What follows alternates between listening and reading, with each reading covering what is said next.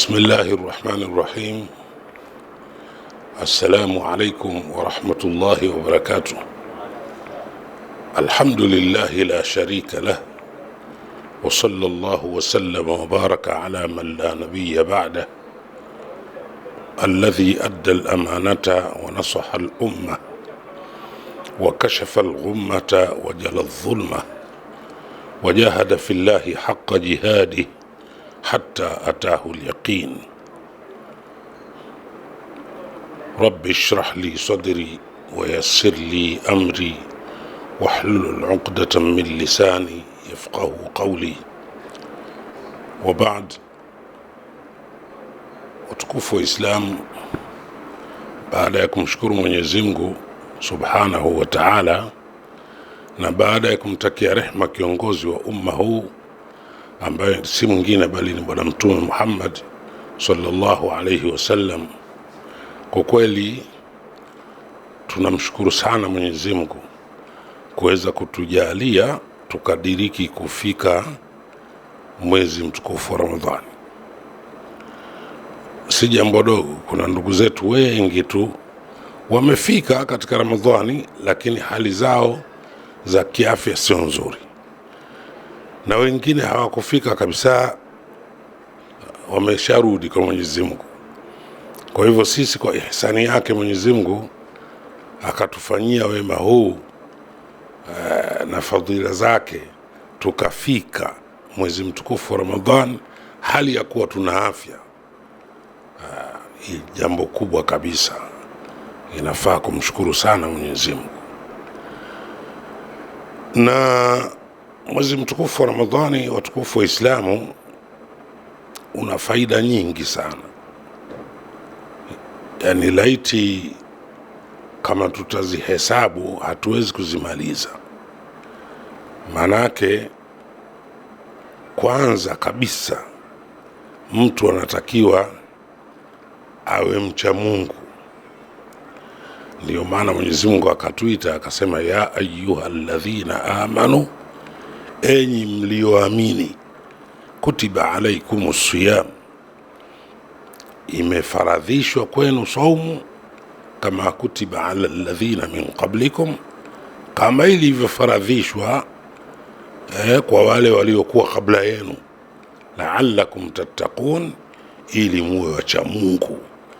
Yani Mungu sisi anatutaka tuwe wacha Mungu kupitia ibadati, kupitia ibada hizi.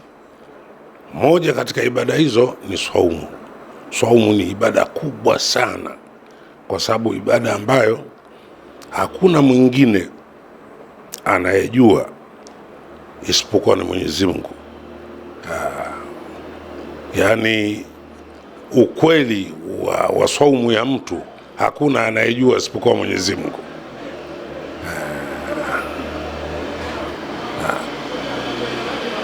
Ndiyo maana Bwana Mtume sallallahu alayhi wasallam akasema, Mwenyezi Mungu kasema kwamba kullu amali ibn adam lahu, kila kazi ya mwanadamu ni ya kwake, illa sauma, isipokuwa saumu. Fa innahu li wa ana ajzi bihi, saumu ni ya kwangu na mimi ndo mlipaji. Yani manake siri ya saumu anayejua ni Mwenyezi Mungu mtukufu, hakuna mtu mwingine anajua siri hiyo. Kwa hiyo saumu ni kitu kikubwa sana. Mwenyezi Mungu atujalie tuweze kuifunga saumu yetu ya mwezi mtukufu wa Ramadhani mpaka tuimalize. Na tukishamaliza tutakuwa tayari tumeingia katika kundi la wamchao Mwenyezi Mungu Subhanahu wa Ta'ala. Na watu wanaomcha Mwenyezi Mungu ndo watu wa peponi. Mathalul jannati allati wu'ida almuttaqun, mfano wa pepo walioahidia wa wacha Mungu, fiha anhar, ndani yake kuna mito, mima'in ghairi asin, mito ya maji yasiyoharibika, wa anharum min labanin, na kuna mito ya maziwa, wa anharum min asalin musaffa, na kuna mito ya asali iliyosafishwa. Wa anharum min khamri ladhatin lisharibin, na kuna mito ya pombe tamu kwa wenye kunywa.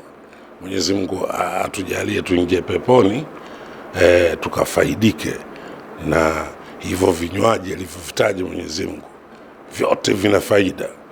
Kwa hiyo huwezi kuingia peponi mpaka uwe mcha Mungu, na huwezi kuwa mcha Mungu mpaka ufanye ibada, na ibada kubwa kabisa ni saumu, ibada special kabisa, kwa sababu saumu ni ya Mwenyezi Mungu na yeye ndiye mlipaji. Kwa nini kasema saumu ni ya Mwenyezi Mungu? Ibada zote za Mwenyezi Mungu. Kwa nini akaitaja saumu special?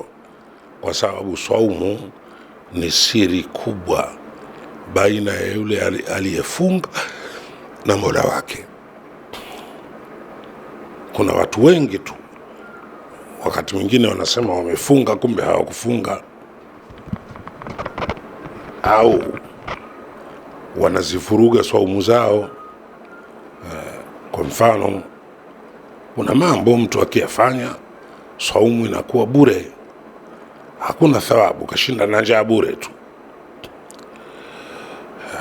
Mfano, fa in qatalaka ahadun au sabaka faqul lahu inni saimun. Akikuchokoza mtu au akakutukana, wewe hutakiwi kumjibu vibaya, unatakiwa umwambie kwa hakika mimi nimefunga, kwa hakika mimi nimefunga. Maana yake unalinda mipaka ya Mwenyezi Mungu, hutaki kuharibu ibada yako. Saumu tunatakiwa tufanye adhkari kwa wingi, na mwezi mtukufu wa Ramadhani kila ukifanya jambo linazidishwa malipo. Ukifanya kitendo cha faradhi unalipwa mara 70, na ukifanya sunna unalipwa faradhi. Si jambo la mchezo. Hizi ni ofa ambazo Mungu anataka sisi sote tuingie peponi. Ofa ziko nyingi. Mfano, Maka, ukienda kuswali Maka, msikiti mtukufu wa Maka, swala moja sawa na umeswali misikiti mingine swala 100,000. Ndio maana watu wanapenda kwenda kuhiji Maka, kwenda kufanya umra, kwa sababu msikiti mtukufu wa Maka ukiswali kipindi kimoja sawa na swala 100,000, na ukienda kuswali msikiti wa Bwana Mtume Muhammad sallallahu alayhi wasallam Madina, swala moja sawa na swala 3,000.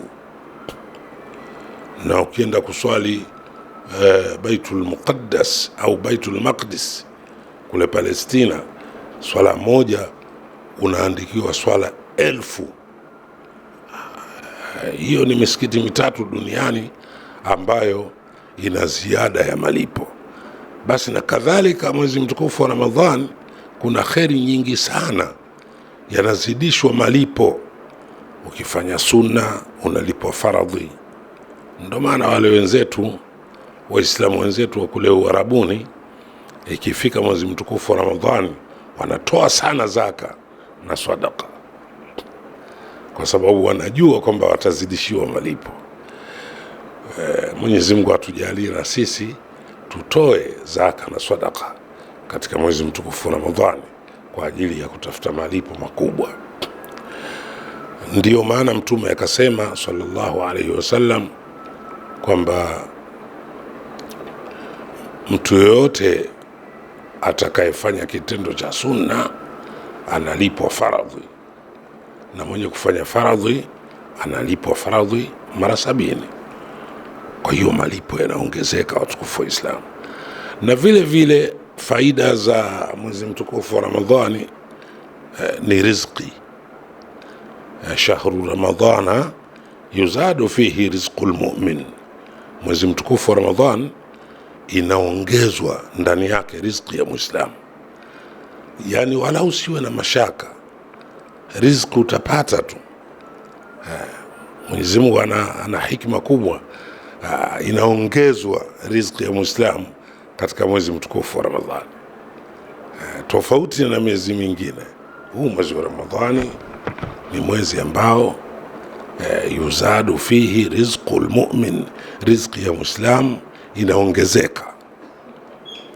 Kama unavyoona thawabu zinaongezeka, basi na riziki inaongezeka. Unaona ajabu kabisa, mara moja watu wanapata riziki kiajabu kabisa katika mwezi mtukufu wa Ramadhani. Mwenyezi Mungu atujalie tufunge kweli, tujitahidi pia kufunga, hasa kuulinda ulimi na matamshi mabaya. Tunatakiwa tulinde ulimi, tusitamke matamshi mabaya katika mwezi mtukufu wa Ramadhani. Tusije tukaharibu saumu zetu tukawa tumeshinda njaa, yani tumeshinda na njaa kutwa nzima, malipo hakuna, ila ni kupata tabu tu ya kuishi na njaa bila sababu yote msingi, kama vile alivyosema Mtume, man lam yada' qawla az-zur wal amala bihi falaysa lillahi lahu haja ila an yada'a ta'amahu wa sharabah. Man lam yada' qawla az-zur, mtu asiacha maneno ya uzushi, wal amala bihi, na kushughulikia mambo ya uzushi, falaysa lillahi lahu haja, Mungu hana haja na mtu huyo, min an yada'a ta'amahu wa sharaba, kwa kitendo chake cha kuacha chakula chake na vinywaji vyake. Bora ale tu anywe kuliko kujifanya kafunga alafu kazi yake ni kusambaza maneno ya uzushi, anawazulia Waislamu uongo, kazi yake kufitinisha watu. Basi mtu kama huyo inakuwa anashinda na njaa tu, saumu yake haina maana yoyote. Watukufu wa Islamu, katika mwezi mtukufu wa Ramadhani tunatakiwa tusome sana Qur'an, na kama tulivyosema malipo yanaongezeka. Yani ukisoma Qur'ani herufi moja unapata thawabu 10, kila herufi moja unapata thawabu 10. Basi mwezi mtukufu wa Ramadhani bila shaka zitakuwa zinaongezeka thawabu. Kwa hiyo watukufu wa Islam, tujitahidi sana kusoma Qur'ani, kumswalia Mtume, pamoja na kufanya adhkari, ili tuandae mzigo wetu wa kutosha wa malipo mbele ya Mwenyezi Mungu, tupate janna, tunusurike na moto, tuingie katika janna. Mwenyezi Mungu atuingize janna, sisi, wazazi wetu, pamoja na vizazi vyetu. Wassalamu alaikum warahmatullahi wabarakatuh.